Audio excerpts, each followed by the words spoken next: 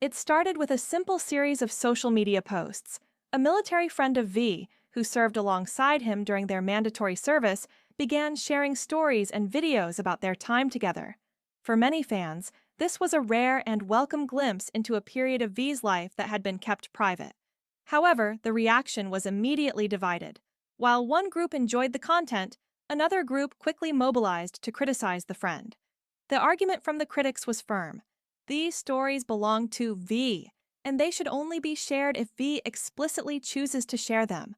What followed was a wave of harassment intense enough to force the friend to announce he was stopping the series, creating a controversy that questions the boundaries of fandom and the ownership of memories. The backlash wasn't entirely surprising given the history of privacy violations BTS has faced.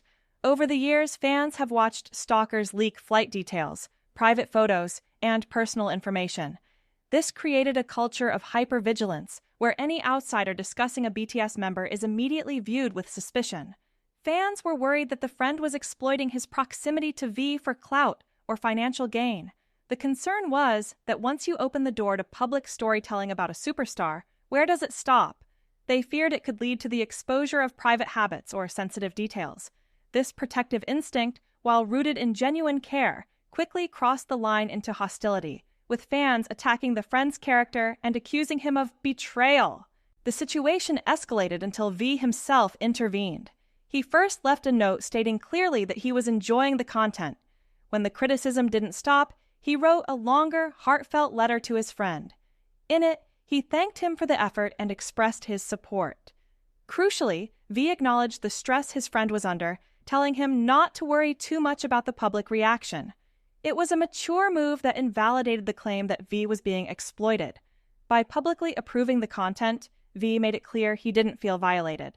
He was comfortable with the stories being shared because he viewed them as shared experiences, not private property. However, even V's direct approval wasn't enough to save the series. The friend ultimately decided to stop posting. This highlights a strange reality of modern fandom. The power of the mob often outweighs the wishes of the celebrity. Even though V gave his blessing, the harassment was too overwhelming for a private individual to handle. V can give moral permission, but he cannot shield someone from the sheer volume of hate comments and scrutiny. The friend realized that just because you are allowed to do something doesn't mean the emotional cost is worth it. This incident exposes a fundamental flaw in how fans view the people around celebrities. The argument that only V can tell stories about his life ignores the basic nature of human relationships. If two people share an experience, the memory belongs to both of them.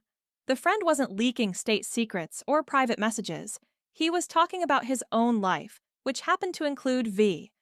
By demanding that he stay silent, fans were effectively asserting control over his narrative simply because of who he knew. It raises an uncomfortable question. Does being friends with a celebrity mean you lose the right to talk about your own experiences? In the end, the fans who claimed to be protecting V succeeded in silencing a friend he supported and depriving V of content he enjoyed. V's letter was brilliant in its diplomacy. He supported his friend without explicitly attacking the fans, yet the message was clear. He didn't need protection from this specific situation. He needed his fans to trust his judgment. The incident serves as a stark reminder that there is a fine line between protection and control, and when that line is crossed, it's the artist and their genuine relationships that suffer the consequences.